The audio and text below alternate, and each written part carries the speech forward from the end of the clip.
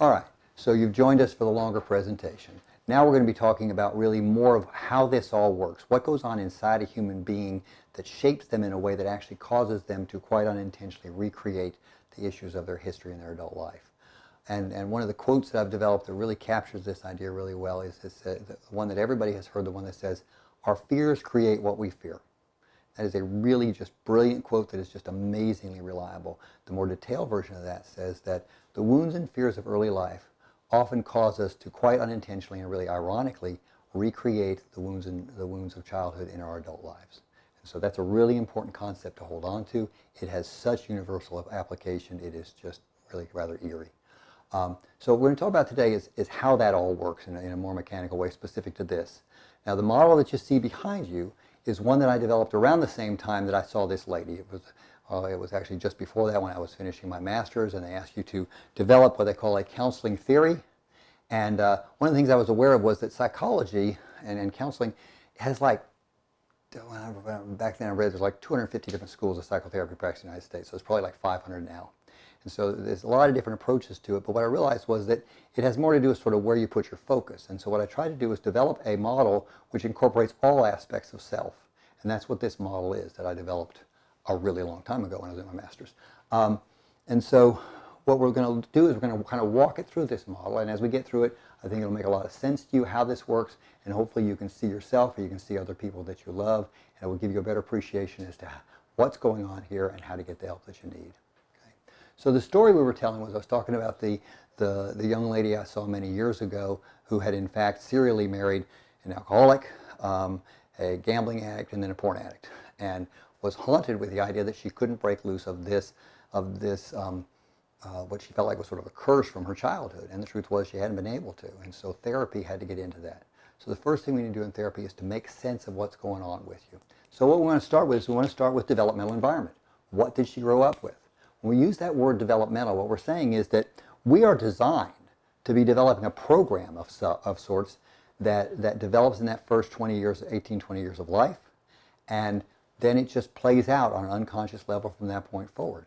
And so the experiences of our life shape that, and to a great extent, especially the wounds of our early life shape that. And so what we're going to take in this case is the most profound issue this young woman was dealing with that really affected her was that within her childhood environment, we have that dad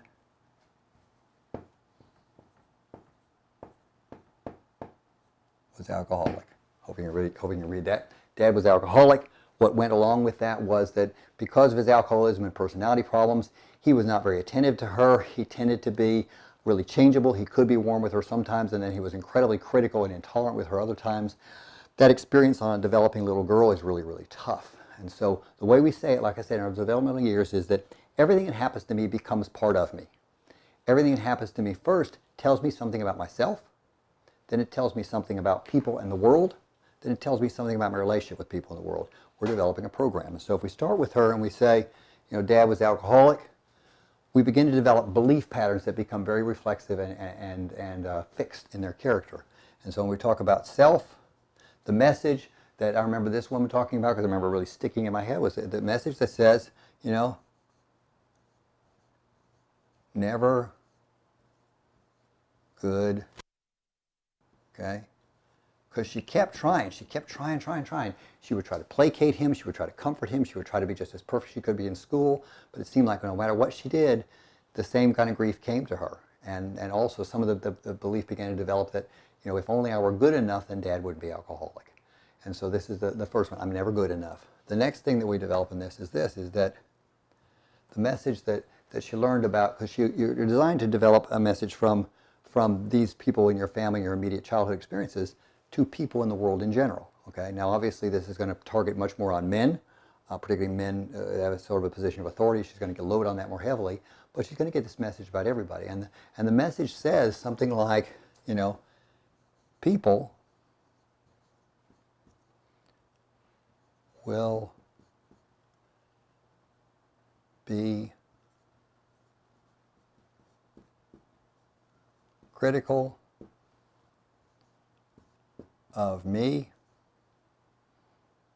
and reject me. Okay? And so that becomes a program in her psyche that's automatic. It isn't even like she wakes up in the morning and says that to herself. It's just an automatic default program she runs. Now the last one we say is, then I learned things about how this relationship is to be managed. And so, not in everyone's case with the experiences she had, because people do respond differently to their circumstances.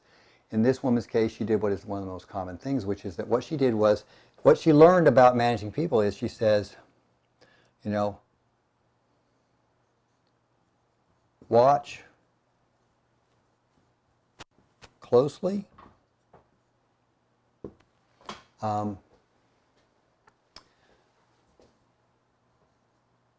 read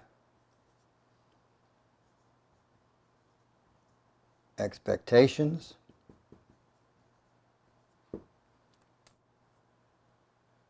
do what will please others. Okay? And again, it isn't like she said that to herself out loud. It just became an automatic program for her. It's like, this is what you do. And so she's definitely one of those people where you say, if you're okay, I'm okay.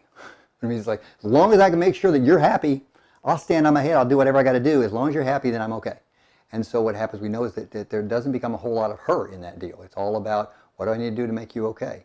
And again, this becomes rather automatic. And so in that story I told about this girl meeting this fella in high school, and he wasn't a drinker, and he was kind of an all-American boy, but the thing was, he was definitely, it was kind of all about him.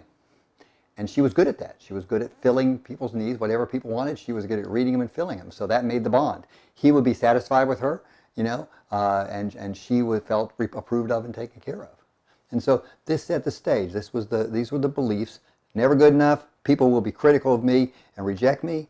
You know, watch closely, read expectations, do what will please others. Okay, that becomes a program. Automatic, goes on the rest of your life. And the thing is, these programs tend to go on the rest of your life unless you get into therapy. Basically, it's an automatic thing. This does not dissipate with the passing years.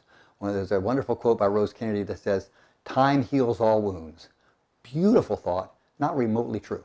Okay, those things, particularly wounds of early life, they become fixed, and they in fact intensify over the years by their very character.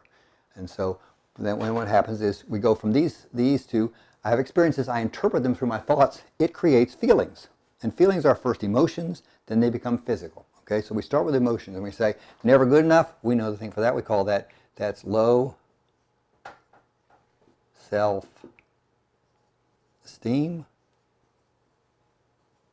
Okay, or feeling worthless. Number two, people will be critical of me and reject me. One of the huge ones we have there is vigilance. Okay. She is on guard. Okay? Just finished talking to a woman that in her psychological testing, I'm doing evaluation for her, and her vigilance came out way pegged out. You start looking at her history, and they realize that in that early life, it was very, very threatening. And so the thing that makes her, and she married very well. She actually married a really good guy. But you know, it kind of, he's really curious. Like, to understand, it's like, okay, yeah, that was bad back then, but we're now 30 years later. How's it sure that way? It's like, once that program gets embedded, it's there. And so she has vigilance. Fear is a big one, obviously, part of the vigilance. And then we have, on number 3, we have watch closely, read expectations, do what will please others. And so we have, along with vigilance and fear, we have what I call kind of, emotionally overeager, and kind of desperate. Just really, really eager to make sure that you're okay with me, you're happy with me, okay? So I have the experience of Dad being an alcoholic, and I got most neglected. I developed these beliefs. It developed these feelings. The key thing about the word feelings is that they are very physical things. So they start as emotions, but the thing to recognize is that every emotion at its base is a biochemical process. As soon as you or I have an emotion, boom, our hypothalamus starts spitting out millions of molecules of that specific emotion. It's the molecule of that emotion, and it goes through your whole body and plugs into your nervous system anywhere it finds a receptor site. So it's literally, when you say your heart aches. When you say your stomach's in a knot. Literally becomes very physical. And so what happens is, these things that start as emotions become then fixed physical states. They begin to change their actual physiology and biochemistry. And so what happens is, the first thing that happens with this is that she's going to develop an anxiety disorder.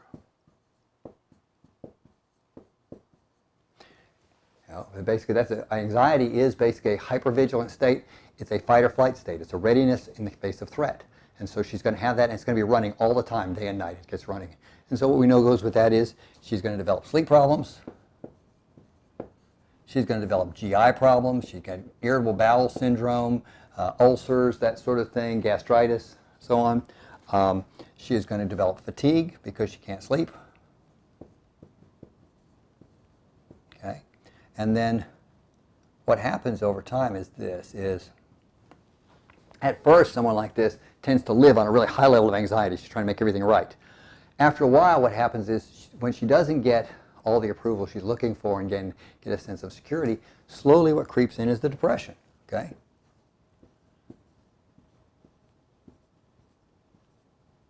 So one way to kind of to look at this is anxiety is the fear that something bad's about to happen.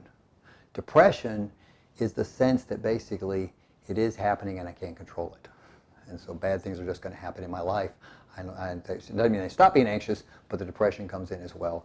And like I said, we get fatigue, we get stomach problems, and so on. When we used to work as faculty with the medical school, you would see this kind of thing all the time. People would come in with these significant kind of medical problems, when you start talking with them, you realize, well, I know where that comes from. People have left out things like migraines. All these things can have other sources for them. They aren't always created by this. But anxiety is the biggest factor in creating these kind of disorders. So have experiences, I interpret them, it creates feelings. The feelings become very physical. The physical feelings feed into the emotion, okay? You know the way that when you drink a cup of coffee you can get anxious? It's because you've added chemistry to your body that makes you anxious. Well, you create your own caffeine here in the form of the elevated neurotransmitters like, epinephrine, norepinephrine, dopamine, and so on, all of which are maintained over a long period of time and create the anxiety. So I have experience, I interpret them, it creates feelings. Feelings then spin out a behavioral style. And the behavioral style, it means this, one is that she becomes a over-eager people pleaser. Okay? And the other one that she does is she becomes basically kind of a perfectionist.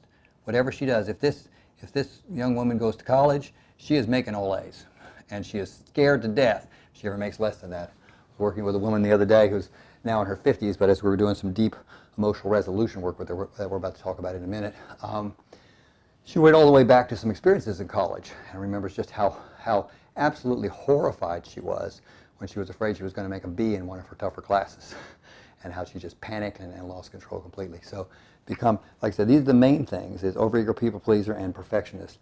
And then we spin out, put this behavior back into the world, okay? And so this is where we get into that thing that says unresolved wounds and fears of childhood. These are all designed to prevent this kind of wounding. I'm trying to be as perfect as I can be and please people so much that I won't be mistreated, but in fact, the profoundly ironic thing that happens is, and I put this line here to show that we've gone through a stage of life, we've gone to the next stage of life. The profoundly ironic thing here is that, whoa, our support is falling out here. I won't put any pressure on it. I marry my dad. Now that's not literally the case, but essentially that's what I do.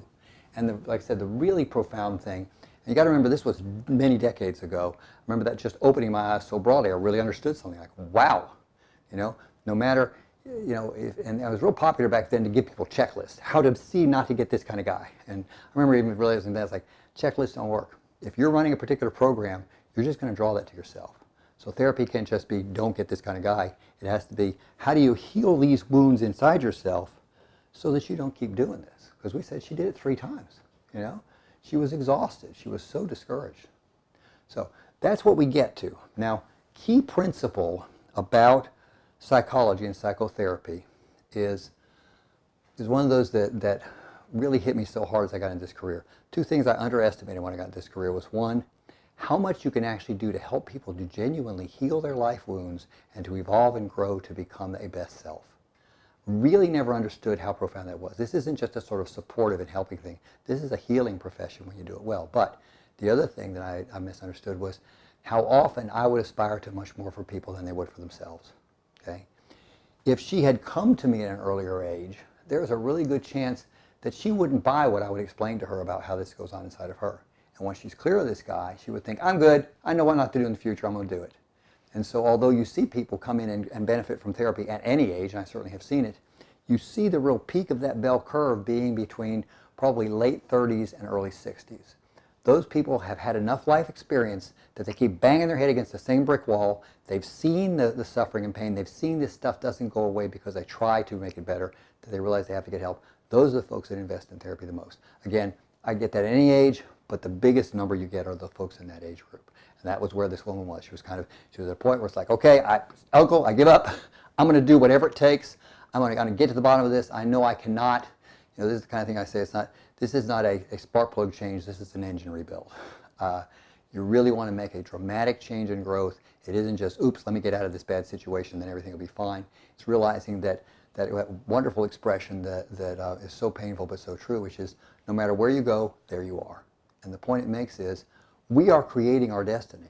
We don't realize that. We think the world is messing with us. The world is an unfair, unreasonable place. But in fact, we're doing that to ourselves by how we conduct ourselves.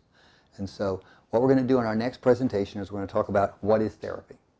So in the meantime, what I would say is please sanitize and subscribe. And if you're interested, go to the description box below and you will see the presentation on how people grow and change and heal the wounds of past life and change their destiny. We're good? So how long do we get on that one? That one's 16 minutes. Okay, good. So that's a nice, very reasonable amount.